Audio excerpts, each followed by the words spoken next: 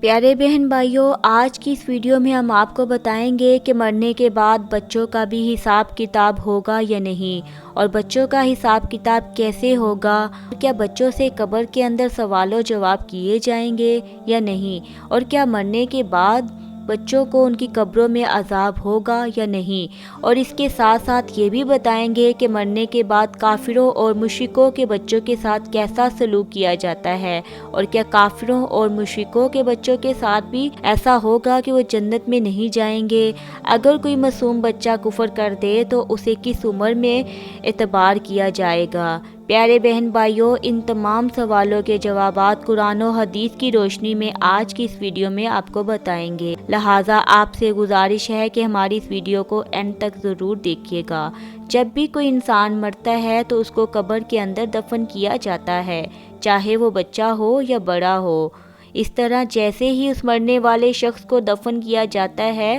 تو دو فرشتے اس کی قبر میں داخل ہو جاتے ہیں، جن کو منکر نکیر کہا جاتا ہے۔ یہ فرشتے اس مرنے والے انسان سے سوالات کرتے ہیں اور مرنے والا شخص جوابات دیتا ہے۔ اگر مرنے والا انسان ٹھیک جواب دیتا ہے تو اسے جنت کی خوشخبری سنا دی جاتی ہے۔ اگر مرنے والا فرشتوں کے سوالوں کے جواب صحیح نہیں دیتا تو اس کی قبر کو جہنم کا گڑھا بنا دیا جاتا ہے۔ جی تو پیارے بہن بھائیوں، اب بتاتے ہیں کہ اگر کوئی نابالغ بچہ بالغ ہونے سے پہلے مر جائے تو کیا اس سے بھی قبر میں حساب لیا جائے گا؟ تو اس کے متعلق مختلف روایات ملتی ہیں۔ بعض روایات کے مطابق چھوٹے بچوں سے قبر کے اندر سوال و جواب کیے جائیں گے، کیونکہ اللہ تعالیٰ ان مرنے والے بچوں کی عقلوں کو مکمل کر دے گا اور مرنے والے بچے اپنی کامل عقل کے مطابق فرشتوں کے سوالات کے جوابات دیں گے۔ اور دوسری روایت کے مطابق بچوں سے کوئی بھی حساب و کتاب نہیں لیا جائے گا،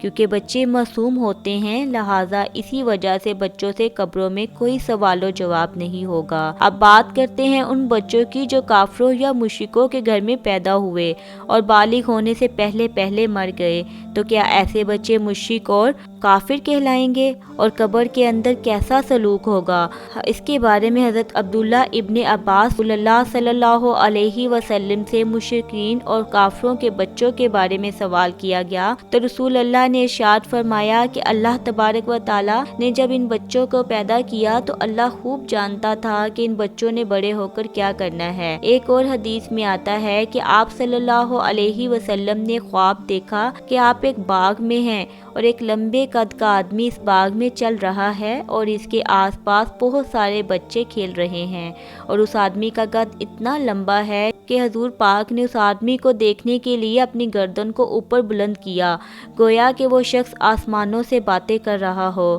حضور پاک نے حضرت جبرائیل سے اس شخص کے بارے میں پوچھا تو آپ نے فرمایا کہ یہ حضرت ابراہیم علیہ السلام ہیں، اور ان کے ارد گرد جو بچے کھیل رہے تھے وہ بچے فطرت سلیم پر پیدا ہوئے اور بالغ ہونے سے پہلے فطرت سلیم پر ہی فوت ہو گئے، یعنی وہ بچے اسلام پر ہی پیدا ہوئے اور بالغ ہونے سے پہلے اسلام پر ہی فوت ہو گئے۔ تو ایسے بچوں کے ساتھ آخرت میں وہی سلوک ہوگا جو ایک مسلمان بچے کے ساتھ کیا جاتا ہے، کیونکہ ہر پیدا ہونے والا بچہ اسلام پر ہی پیدا ہوتا ہے اور بعد میں بڑے ہو کر وہ کافر یا مشرک بنتا ہے، جیسا کہ نبی پاک نے ارشاد فرمایا کہ ہر پیدا ہونے والا بچہ فطرت پر پیدا ہوتا ہے، یعنی اسلام پر پیدا ہوتا ہے۔ یہ اس کے ماں باپ ہوتے ہیں جو اس کو بعد میں یہودی، نصرانی یا عیسائی بنا دیتے ہیں، یعنی اس حدیث سے ثابت ہوا کہ ہر پیدا ہونے والا بچہ مسلم پیدا ہوتا ہے اور بعد میں بڑے ہو کر اس کے ماں باپ کافر یا مشرک بنا دیتے ہیں۔ پیارے بہن بھائیوں، اب بتاتے ہیں کہ بچے کی کس عمر میں بچے کے کفر کا اعتبار کیا جائے گا۔ اس کے متعلق روایات میں آتا ہے بچہ جب عاقل اور بالغ ہو جائے اور اچھے برے کی پہچان کرنے لگ جائے تو اس عمر میں اگر کوئی بچہ کفر کرتا ہے تو اس کے کفر کا اعتبار کیا جائے گا اور بچہ کافر ہوگا۔ اور علماء بتاتے ہیں اگر کوئی بچہ 7 سال کی عمر میں کفر کرتا ہے تو اس کے کفر کا اعتبار کیا جائے گا اور وہ کافر ہو جائے گا۔ پیارے بہن بھائیوں، اب بتاتے ہیں کہ کافروں اور مشرکوں کے بچے جنت میں جائیں گے یا نہیں۔ اگر یہ جنت میں جائیں گے تو کون سے مقام پہ رکھا جائے گا؟ اس کے متعلق مختلف روایات ملتی ہیں۔ بعض روایات میں آتا ہے جیسے مسلم بچے جنت میں جائیں گے، ایسے وہ بچے بھی جنت میں جائیں گے جو پیدا تو کافروں کے گھروں میں ہوئے اور بالغ ہونے سے پہلے فوت ہو گئے، کیونکہ اللہ ارشاد فرماتا ہے وہ کسی کو جنت اور جہنم میں داخل نہیں فرمائے گا جب تک اس کے اعمال کا مکلف نہ بنا دے،